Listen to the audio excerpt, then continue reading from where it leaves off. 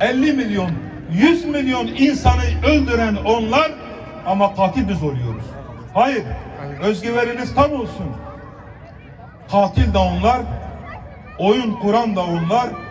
Biz bu oyunu bozacağız inşallah. Geliyorlar, yıkıyorlar, talan ediyorlar, bizi birbirimize vurdurtuyorlar. Sonra ne yapıyorlar?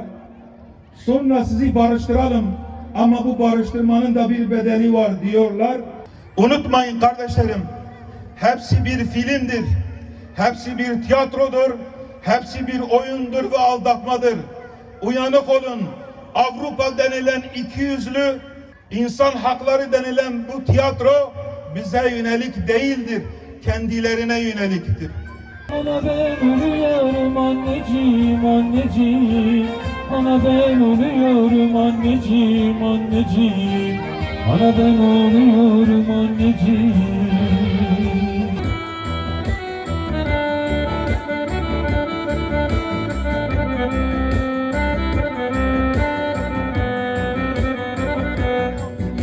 Baktım bir 100 metre 200 metre koştu, araba fren yaptı. Selahattin fren yapamadı. Valla. Ne Kur'an arabaya çarptı. Reklamda açılar fış sesi çıkarttı. Hangisi ya? Memo, hele dur o ne ama ne yapsın sen ya? Ne oldu oğlum, sakin ol, yangın var. O parayla da Mescid-i Aksa'yı bombalıyor. Tamam oğlum, adam haklıydı.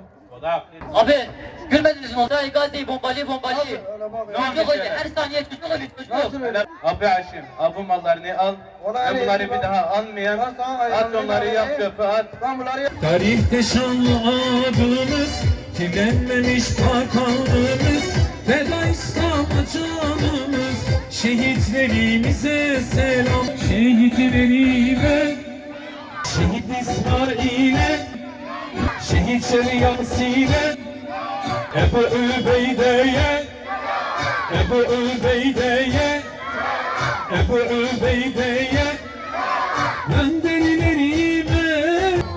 Kolay sorulardan başlıyoruz. Soru 1. İlk insan ve ilk peygamber kimdir? Hazreti Adem. Helal olsun. Peygamber Efendimiz'e verilen en büyük mucize nedir? Evet, mesela Peygamber Efendimiz'in en büyük mucizesi ne olabilir? Çocuklar tamam, çok bilgilisiniz ama bekleyin. Sabredin. Diğer soru. Hazreti Ömer. Hazreti Ömer, süper. Açıklıyorum. Heyecan var mı? Tamam, ben de heyecanlıyım, merak ediyorum. Evet. Sen de bana kaçtı. Yanlışlıkla 2 kişi.